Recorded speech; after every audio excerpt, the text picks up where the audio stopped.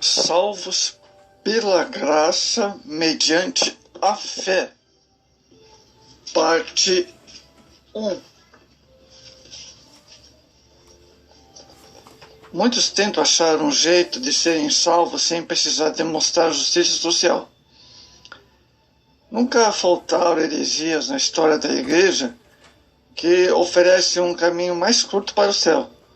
Se por um lado há os que pregam a salvação pelo legalismo, há por outro alguns que têm pavimentado a estrada estreita que Jesus deixou, a ponto de torná-la até razoavelmente confortável, quando não extremamente fácil. Muito bem, um atalho para o céu, uma certa religião na igreja medieval criou um sistema que supostamente facilitava bastante a salvação dos pecadores. Era o sistema chamado indulgências. Para se obter perdão dos pecados, é necessário seguir uma ordem. Primeiro, arrependimento interno, depois a confissão perante o sacerdote e, por fim, a penitência, que era uma espécie de reparação pelo erro cometido e que dependia da gravidade da falta. Entretanto, o perdão se estendia apenas às consequências eternas do pecado. Ou seja, a única coisa que conseguia era libertar o culpado do inferno. A absolvição sacerdotal não eliminava pelas penas do purgatório. No entanto, é ensinado que a igreja tinha poder sobre essas penas e que o Papa poderia conseguir que alguém passasse do purgatório para o paraíso. Acredita-se que havia uma espécie de depósito de méritos conquistado por Cristo e pelos santos, e que o Papa, como depositário desses tesouros, poderia libertá-los para os que deles necessitassem. As indulgências foram inicialmente usadas nas cruzadas, em que os soldados lutavam em troca da remissão para si e para seus familiares. Com o tempo achou-se uma forma mais lucrativa. Começou a vender uma boa quantia de dinheiro e alívio das penas do purgatório. As indulgências foram um dos maiores motivos para o início da própria reforma protestante. Foi contra essa, especialmente, que Lutero fixou suas 95 teses na porta de catedral de Wittenberg em 31 de outubro de 1517. Naqueles dias, um arcebispo chamado Albrecht, endividado com alguns nobres, conseguiu do Papa direito de vender indulgências na Alemanha. Ele enviou um dominicano chamado Tetzel, que foi conhecido como os maiores e mais hábeis vendedores de indulgências. Esse homem andava pelas ruas da cidade, anunciando que quando a moeda cai em seu cofre, se ouvia o seu tilindar, naquele exato instante, saía do purgatório a alma em favor a quem se havia comprado a indulgência. Também vende-se indulgências para pessoas vivas que queriam garantir que seriam salvas depois de mortas. Olha só, para o povo aquela era uma rara oportunidade de salvação. Num tempo em que a igreja pregava ser tão difícil a salvação pessoal, não é por acaso que multidões se arrastavam atrás dos vendedores de indulgência. Afinal, comprar um pouco de dinheiro, algo que não tinha preço, na visão do povo era um excelente negócio. O baixo legalismo. Amados, na carta aos Romanos, Lutero encontrou salvação pela graça, resposta para todas as suas angústias que teve início da reforma protestante. O cristianismo nunca mais seria o mesmo. Na verdade, o sistema de indulgência, bem como todos os sistemas antigos ou modernos que tenham encontrado atalhos para o céu, somente existe por causa da falta do entendimento de como funciona a salvação e de qual é a natureza do Evangelho. A igreja na Idade Média não entendia ou não queria entender que a salvação é pela graça, tornando a mais generosa tarefa que o ser humano poderia realizar, amados. Em Romanos, Paulo diz que o Evangelho é a manifestação da justiça de Deus, visto que a justiça de Deus se revela no Evangelho. Romanos 11:17. Justiça essa que Lutero, antes da conversão, tanto temia, pois apesar de cumprir todos os rituais prescritos pela igreja, ele jamais se sentia perdoado e nunca conseguia encontrar paz de espírito. Quando Lutero entendeu que Deus não exige não de nós essa justiça, ao contrário, ele exige dele mesmo quando fundou o seu ser, pois compreendeu que o justo viverá por fé. Romanos 1:17. Em Romanos 3:21, Paulo diz que, mas agora, sem a lei, se manifestou a justiça de Deus, testemunha pela lei dos profetas. Esse testemunho da justiça de Deus, por parte da lei dos profetas, é fácil de ser verificado. A lei, especialmente os 10 mandamentos, demonstra a justiça de Deus. Não existe que um código de moral mais perfeito de todo mundo. Entretanto, de acordo com a lei, Deus precisa punir e quebra mesmo. Ou punir a quebra da mesma. Isso fica bem claro em muitos textos na Bíblia. Por exemplo, Êxodo 20, verso 5. Entretanto, muitos pecadores haviam sido salvos no período do Antigo Testamento. Apesar da lei exigir a condenação deles, o Evangelho traz para essa questão, como podemos ver adiante. Entretanto, Paulo diz, mas agora, sem lei, a justiça de Deus se manifestou. Há um imenso contraste nessa declaração, amados. É o contraste entre o qual a depravação do ser humano é incapaz de agradar a Deus. A provisão do próprio Deus tem preparado para o homem o que tem manifestado o Evangelho. Não foi a lei que trouxe salvação. Também não foi um mero legalismo que representa o esforço pessoal de alguém conseguir sua própria salvação. Não é pelas obras, mas é pela graça.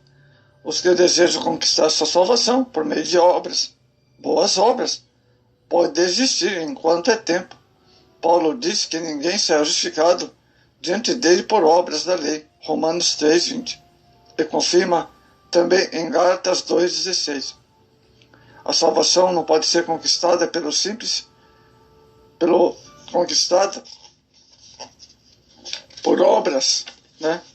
Mas é pela graça de Deus. Viva a fé. Amados, ao contrário do que pensavam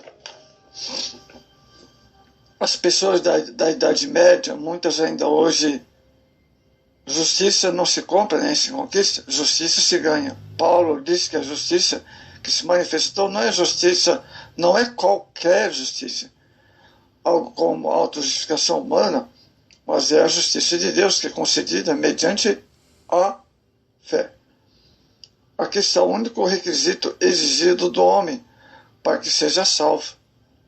Quando o carcereiro desesperado jogou aos pés de Paulo, os filhos suplicando como poderia ser salvo, eles responderam simplesmente: crê no Senhor Jesus Cristo, será salvo tu e tua casa.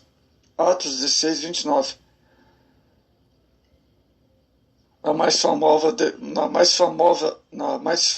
amados, a declaração sobre salvação mediante a fé. Paulo diz: pela graça sois salvos, mediante a fé. Efésios 2:18. Por isso, amados, os reformadores apregoavam sola fide, só a fé. Pois mediante a fé, pela fé, e só pela fé que somos salvos. Pela graça, como poderíamos definir essa fé salvadora, precisamos entender que nem todo tipo de fé salva. As palavras de Tiago: há uma fé que não serve para nada, pois é uma fé morta, porque não produz coisa alguma na vida do suposto crente. Tiago 2:26. A fé salvadora é uma fé que produz diferentes na vida do crente, que produza diferença na vida do crente. Porém, não só pode ser uma fé que se orgulha de suas próprias obras e, quem sabe, até sua própria capacidade de crer. Somente possui a fé salvadora quem conhece perante Deus em seu estado de completa inaptidão para agradá-lo, em sua absoluta. Quem tem uma fé assim recebe justiça que garante a salvação nos moldes de Abraão. Romanos 4:3. Salvação para... Agora vamos ver no Antigo Testamento, no passado, sobre a salvação para todos. Havia algumas doutrinas estranhas sobre esse ensinamento. Outra característica importante dessa justiça de Deus é que se manifesta no Evangelho o fato de que ela ser possível a todos os homens. Muito bem, vamos compreender. E não apenas um grupo especial que desempenha essa ou aquela tarefa. Olha, veja bem, no tempo dos cruzados é aqui que nós queremos chegar, amados. O Papa conseguiu indulgência a todos que lutassem pelo cristianismo contra os muçulmanos. Depois até aos que comprassem uma boa quantia de dinheiro,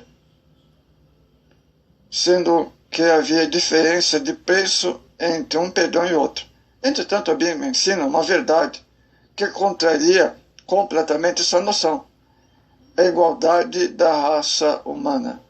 Todos os homens encontram em um mesmo estado decaído, depravado. Quem quebra o mandamento da lei quebrou todos, Tiago 2:10. Mas a notícia mais maravilhosa é que todos poderão ser salvos, sendo que Deus não faz distinção entre pecadores. Ele não escolhe os mais bonzinhos. A fé salvadora em Jesus garante a salvação para todos que crêem e se convertam de verdade, nascem de novo.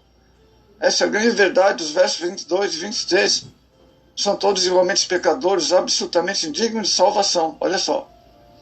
Mas podem ser salvos mediante a fé. Amados, não existe algo como mérito, depósito de mérito que a igreja pode acessar para conceder alguns. Então, é necessário a salvação mediante a graça e arrependimento. Vamos ver. Salvos pela graça, é de graça, amados. Não fazemos uma troca com Deus, não oferecemos a Ele nossa fé em recebimento em troca da salvação. Mas é crer e se arrepender.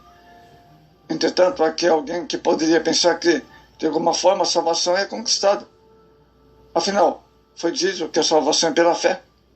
E alguém pode dizer, a fé sou eu que sinto, logo isso é um mérito meu, algo como uma obra minha. Mas, para contrair completamente essa noção, contrariar, veja bem o que Paulo fala no verso 24. Sendo justificado gratuitamente por sua graça. A frase que parece ser redundância, e na verdade Paulo quer eliminar completamente a ideia de merecimento ou troca. Olha só, tudo que acontece com relação à nossa salvação é regido pela palavra gratuitamente. Alguém pode me oferecer algo valiosíssimo e me dizer que nada precisa pagar, mas isso eu lhe oferecer 1 centavo, ele aceitar, já não é mais de graça. Pode ser muito barato, mas não é de graça. Para ser de graça, eu não posso dar absolutamente nada em troca. É preciso fazer uma correção na frase acima. Embora a expressão a fé sou eu que sinto, é verdadeira, pois real, ninguém se sente. A fé em meu lugar, quando diz logo, é isso um mérito meu, algo como uma obra minha. Comete-se um grave equívoco. O capítulo 2 de Efésios nos ajuda a corrigir. Lá Paulo diz que todos nós, por natureza, estamos mortos em delitos em nossos pecados. Efésios 2 e o verso 1, amados.